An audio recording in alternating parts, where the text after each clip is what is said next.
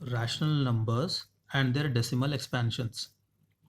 What are rational numbers? Numbers that can be expressed in p by q form. P and q are integers and q is not equal to 0. Okay. And what is a decimal expansion? See, decimal expansions are of three types, right? So one is 1.25. This is a terminating decimal.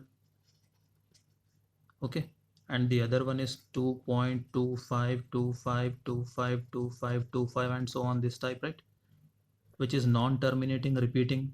And the last one is non-terminating non-repeating, like 1.123897889. So these two are rational numbers and this can be expressed in p by q form. This is an irrational number, okay, which cannot be expressed in p by q form, right? So in this section we are talking about rational numbers. That means terminating decimals and non-terminating repeating decimals. Okay, terminating decimals, non-terminating repeating decimals. In this section we are going to explore when their decimal expansions are terminating and when their decimal expansions are non-terminating repeating. Okay, so I have few examples here. 0.375 terminating, right? So all four are terminating. Okay, so let us write this in p by q form. So this will be 375 divided by 1000, because after decimal point we have 3 numbers, so we wrote 1000 here. Okay, now this will give us 375 divided by 10 cube, right?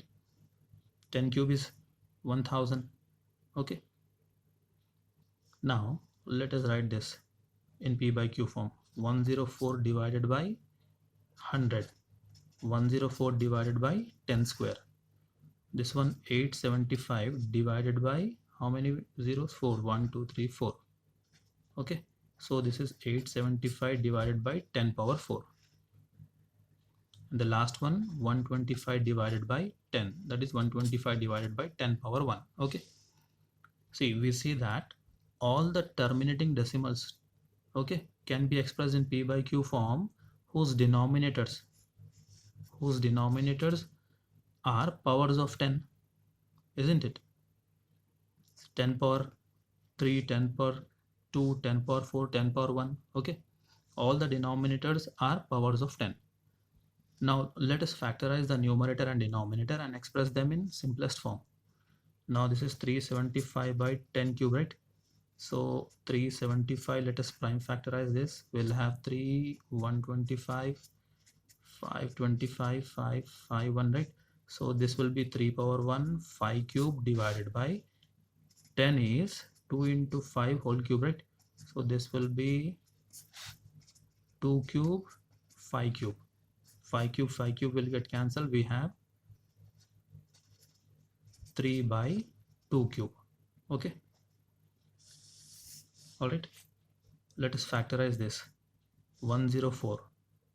104, 2, 52, 2, 26, 2, 13, 13 ones are right. So 104 we can write it as 2 cube 13 power 1. So 104 by 10 square will be equal to 2 cube into 13 power 1 into 2 into 5 whole square, right? That means this is 2 cube 13 power 1, 2 square, 5 square. Okay, so 2 2's will get cancelled. We'll have 2. This is 5 square, right? Okay, now the third one, 875. Let us find prime factors of 875. 5, 175, 5, 35, 5, 7 7 1. So 875 is in fact is equal to 5 cube into 7 power 1. Okay, so 875 by 10 power 4 will become 5 cube into 7 power 1, and this is 2 into 5 whole power 4, right?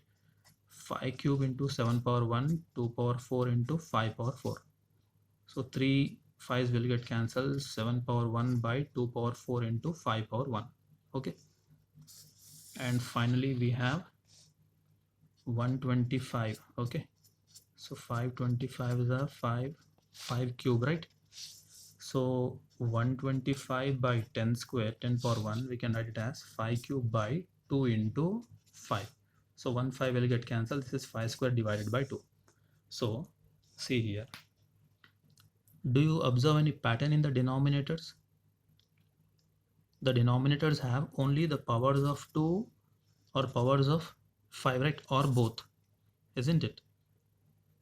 See, in the denominators we either have 2 power something or 5 power something, or 2 power something and 5 power something, right? Both.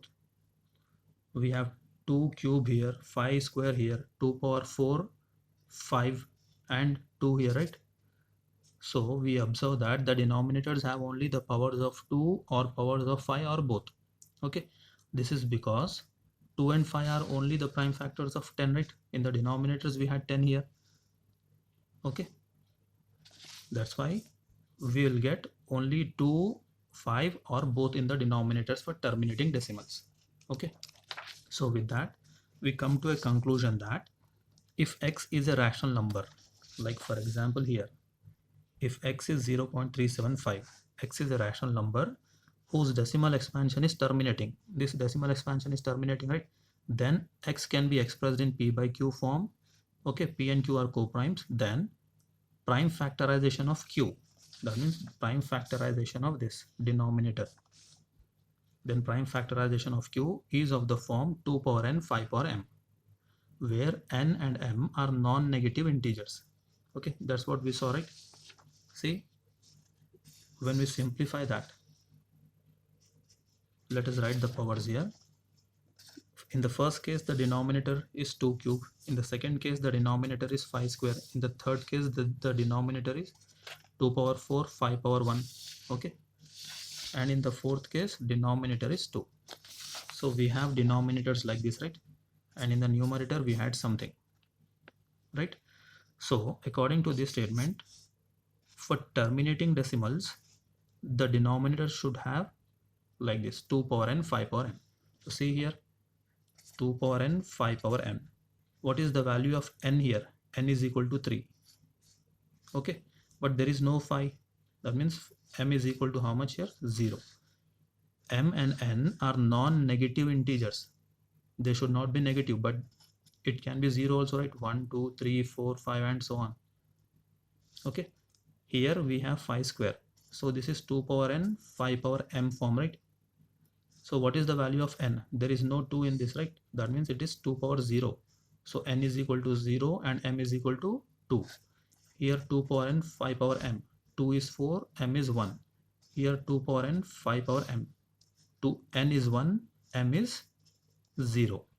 Okay, so if x is a rational number whose decimal expansion is terminating, then x can be expressed in p by q form, right?